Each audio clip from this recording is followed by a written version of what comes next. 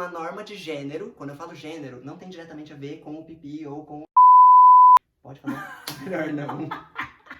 Oi, amigos e amigas! E amigues! Tá aberta a temporada de convidados do canal. Igual eu falei com vocês no primeiro vídeo, eu ia começar a trazer pessoas aqui pra falar sobre alguns assuntos.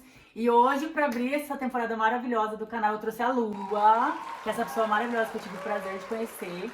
E a gente vai falar um pouquinho hoje, igual vocês já devem ter visto no título, sobre transexualidade e algumas coisas que envolvem isso. Então, nada melhor do que uma própria pessoa que vive isso na pele, como eu já também falei no primeiro vídeo, pra falar um pouquinho com vocês sobre isso. Não é? Tá muito que certo. Muito obrigada pelo convite. Que todo mundo que veja isso e tiver dúvida possa entrar em contato, que a gente responde outras vezes. Gente, inclusive, muitas das coisas que eu já aprendi na vida sobre transexualidade foi com a Lua. A Lua é uma pessoa sensacional. E se vocês gostarem muito desse vídeo, a gente pode trazer outros vídeos com a Lua também. E eu espero muito que vocês aprendam algumas coisas, levem algumas coisas pra vida de vocês, porque eu sei que é um assunto muito... Qual seria a palavra? Complicado. É. Complexo. Enfim, vamos começar pra gente debater um pouquinho. Uma das dúvidas mais frequentes quando a gente vai falar sobre pessoas trans Aí é... eu vou ficar o confortável. que são?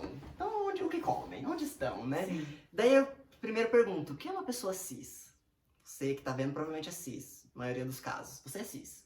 Cis é o nome que a gente dá pra pessoa que quando nasce tem lá um bingolinho ou uma vulvinha. E daí a pessoa fala, ó, isso aqui é um homem, isso aqui é uma mulher. Daí a pessoa cresce e fala, eu sou um homem.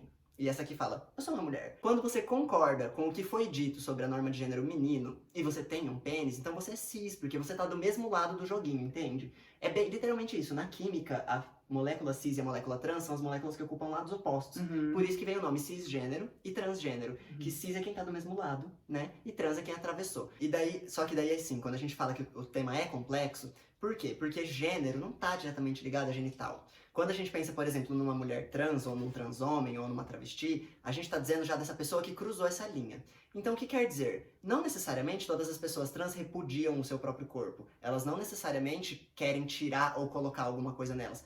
Muitas vezes sim, mas vocês cis também, né? Ou vocês não colocam piercing, tatuagem, coloca silicone, toma pílula, né? Depila. Isso são intervenções sociais que a gente tem no nosso corpo. Quando a gente pensa, por exemplo, vou me usar de exemplo, porque eu já tô aqui, né? Vamos fazer isso. Eu sou travesti, eu me identifico com o gênero feminino, mas eu não tomo hormônios pra isso. Pra mim, o gênero tá muito nesse lugar das tecnologias que estão dispostas no mundo. Porque se a gente pensar, ser um homem hoje, como você é, um homem cis, há 50 anos atrás, era a mesma coisa?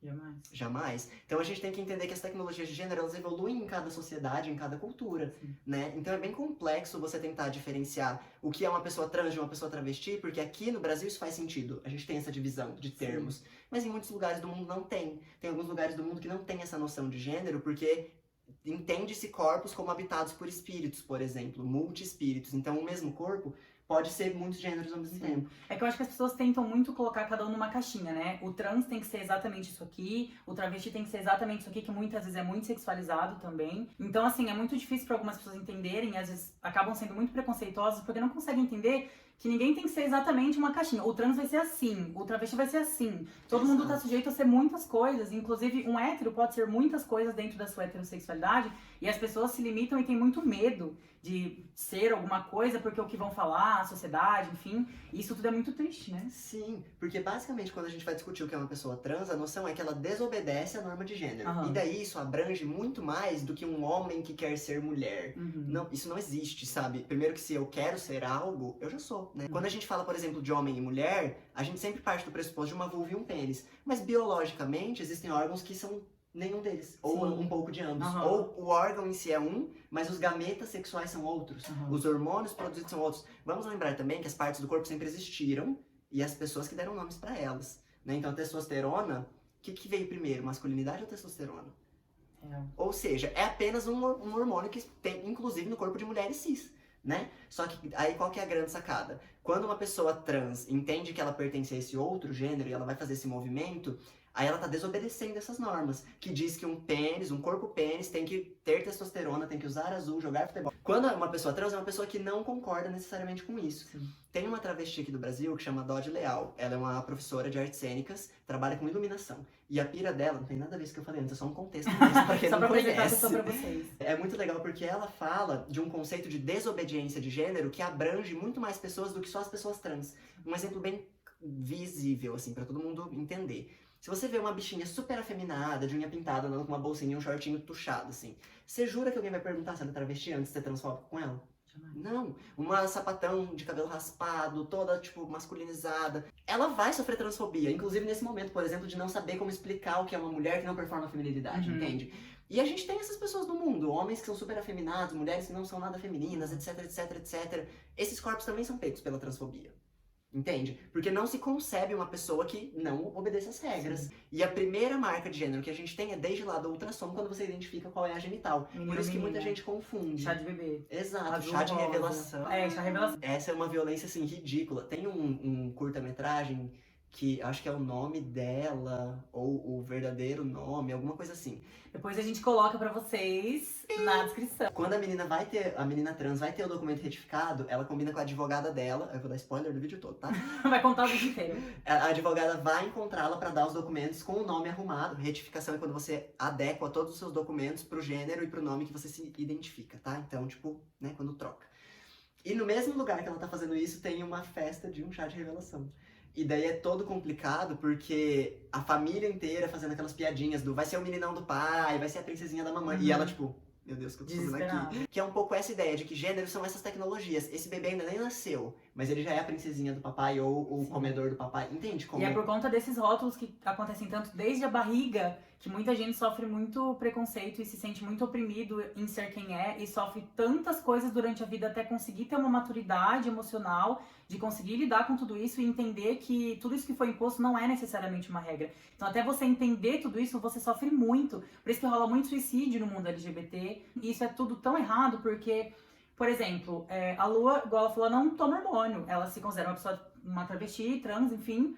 Porém, ela não toma hormônio. E isso para as pessoas é inadmissível. Sim. Sendo que eles mesmos já colocam a gente desde, né, criancinha dentro de cada nicho e te diz que se você sair dali, você tá errado. E é por isso que muita coisa ruim acontece. E é desde então que a gente precisa começar a mudar. É desde o nascimento. Você não falar pra alguém como ela deve ser só por ela ser isso ou ser aquilo. Sim, é que é legal porque quando a gente discute transfobia, as pessoas nunca entendem como a população cis não só perpetua isso como uma forma de violência contra corpos trans ou corpos que desobedecem gênero em qualquer medida, mas elas também se automutilam, né? Uma noção de autovigilância. Sim. O exemplo mais clássico que a gente tem pra discutir isso é a masculinidade frágil. Um homem que não pode chorar, um homem que não pode pintar unha. Gente, não vai cair a mão, sabe? Não vai desmanchar, desintegrar porque chorou em público. Isso não vai parar de sentir atração pelo sexo que você sente atração só porque você tem alguma atitude diferente. Até porque, né, isso não tem uma implicação de fato na sua vida.